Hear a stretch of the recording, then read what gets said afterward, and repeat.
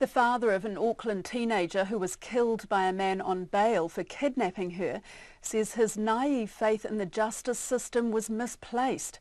Christie Marceau's emotion bubbled just below the surface as he gave evidence at the inquest into the death of his daughter Christie Marceau at the Auckland District Court today, and our Auckland court reporter Edward Gay was there and joins me now.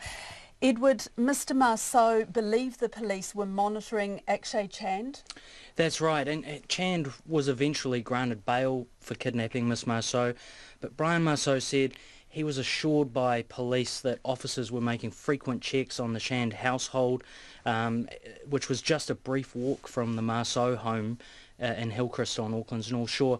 He said his family was never told Chand had a mental illness, and he said that if they had known, they may have chosen to move Christie Marceau from the family home.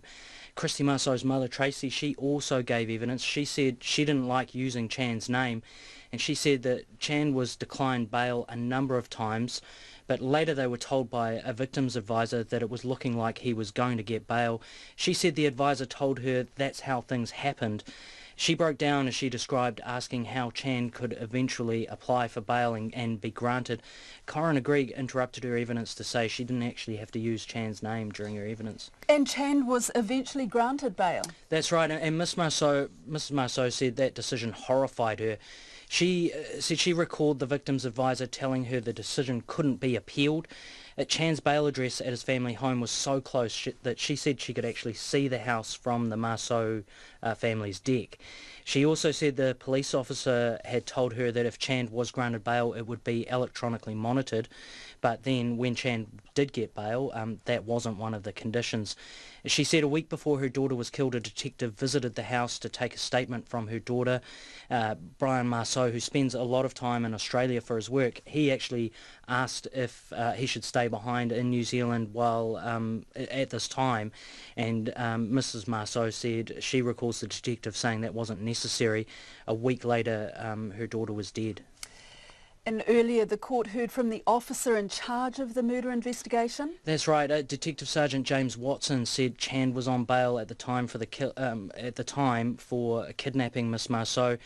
He said that Chand's family actually hid all the knives in their house, but Chand managed to secret away this vegetable knife and he put it in a carry bag. And on this morning he walked round to the Chand's home. He rang the doorbell, he got past Mrs Marceau, and he then kicked Christie Marceau down the stairs and pursued her out the back, where he repeatedly stabbed her. He then also gave chilling evidence of what Chand told officers after the killing. Chand told officers that he had written a sappy letter to the court, that he had done this in order to get bail and in order to kill Christie Marceau. Now, Chand was eventually found not guilty by reason of insanity. In the inquest that we're hearing today, there's 12 lawyers present, the coroner is also present in court, and they're putting questions to the witnesses, but RNZ News can't report any of that evidence until the following day. A ruling by Coroner Greig has forbidden the media from reporting anything but the evidence in chief until the transcripts can be reviewed by counsel, and this inquest is set down for 2 weeks.